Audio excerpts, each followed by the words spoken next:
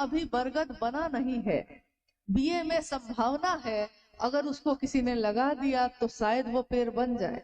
संभावना उस समय खत्म हो जाती है जब कोई उसको लगाता ही नहीं, जब कोई उसको सींचता ही नहीं।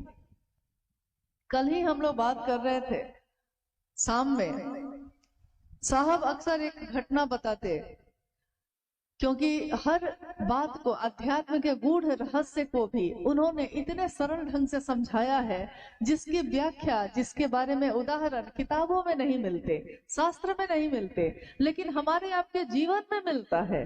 उन्होंने कहा कि गुरु की दया से अगर आप मंत्र जपते हैं नमः शिवाय का, गुरु की दया से जो जप करता है वो, जो मंत्र है वो और मंत्र का जो देवता है वो अगर एक हो जाते हैं तो इस जीवन में जो कर्म फल हम भोगते हैं उसको भोगने की व्यवस्था का संहार गुरु कर देते हैं। कैसे? उन्होंने बड़े सरल तरीके से एक उदाहरण दिया। कहा कि एक व्यक्ति अपने घर में आता है और घर में वो मकई के दानों की पोटली लेकर आता है। आया है धूप में, थक गया, पोटली को उसने टांग दिया और नहाने चला गया। उसकी पत्नी दूसरी तरफ से आती है, उसने देखा कि पोटली में क्या है, खोल के देखा तो देखा कि मकई के दाने हैं। उसने समझा कि शायद भुजा बनाने के लिए लाए हैं। आग जलाई, कढ़ाई चलाया, कढ़ाई में मकई का दाना को रखा और उसको भूंज दिया। तब तक उसका पति बाहर आया। उसने कहा कि ये क्या किया, ये क्या किया? पत्नी ने कहा कि मुझको लगा आप भुजा बनाने के लिए लाए हैं। पति ने कहा कि अरे मैं तो खेतों में लगाने के लिए लाया था, मकई का दाना खेत में लगाता, तुम ये क्या कर दी? साहब ने पूछा कि बोलो अब वो मकई का दाना है या खत्म हो गया? तो हम लोगों ने कहा कि नहीं, मकई का दाना तो है, भून दिया गया है लेकिन दाना तो है। साहब ने कहा इसी तरह हमारा जो कर्मफल है, जिसके कारण हम सुख या दुख भोगते हैं, गुरु अपनी दया से उसका संहार करते हैं। इसी तरह दग्ध कर देते हैं कि जैसे कर्मफल तो रहेगा लेकिन भोगना नहीं पड़ेगा। जैसे वो दाना तो है लेकिन अब उसमें पौधा नहीं हो सकेगा। उसी तरह 3 सूत्र का निरूपण उनके द्वारा हुआ है। हम सब तीनों सूत्रों का निर्वहन करते हैं। तीनों सूत्रों में जब शिव को गुरु बनाते हैं हम, तो 3 सूत्रों की बात आती है।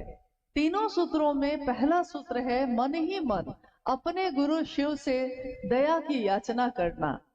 मन ही मन, क्यों मन ही मन? क्यों बोलकर नहीं? क्यों माइक लगा के नहीं? क्यों आवाज देकर नहीं? क्यों साहब ने कहा मन ही मन? इसका एक विज्ञान है। मन, इसकी गति इतनी तेज है, इतनी तेज है कि शरीर से कहीं आने या जाने में समय लगता है, लेकिन मन से जाने में आपने सोचा और वहां पहुंचे।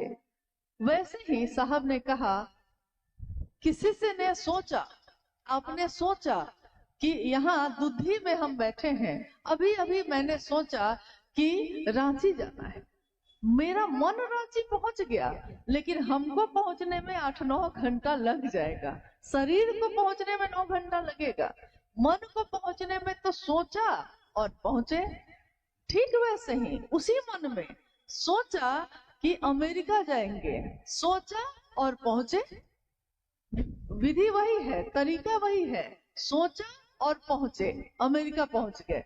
शरीर से जाने में बहुत कर्मकांड है, पासपोर्ट, वीजा, समय, शरीर से जाने में बहुत समय है, लेकिन मन से जाने में एक क्षण भी नहीं लगता। सोचा और आप पहुंचे।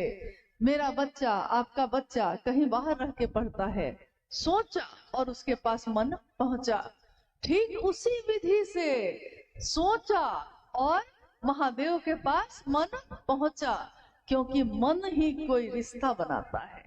कोई अपना बनाएगा तो मन ही बनाएगा, दुश्मन भी मन ही बनाता है, दोस्त भी मन ही बनाता है, पति भी मन ही मानता है, पत्नी भी मन ही होती है। माँ के प्रति भाव अगर मन में ना हो तो हम उसके प्रति संवेदनशील नहीं होते, हम उसकी परवाह नहीं करते।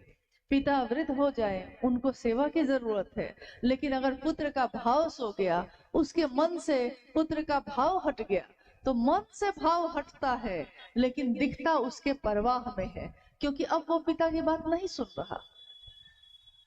तो लक्षण में तो दिख जाते हैं।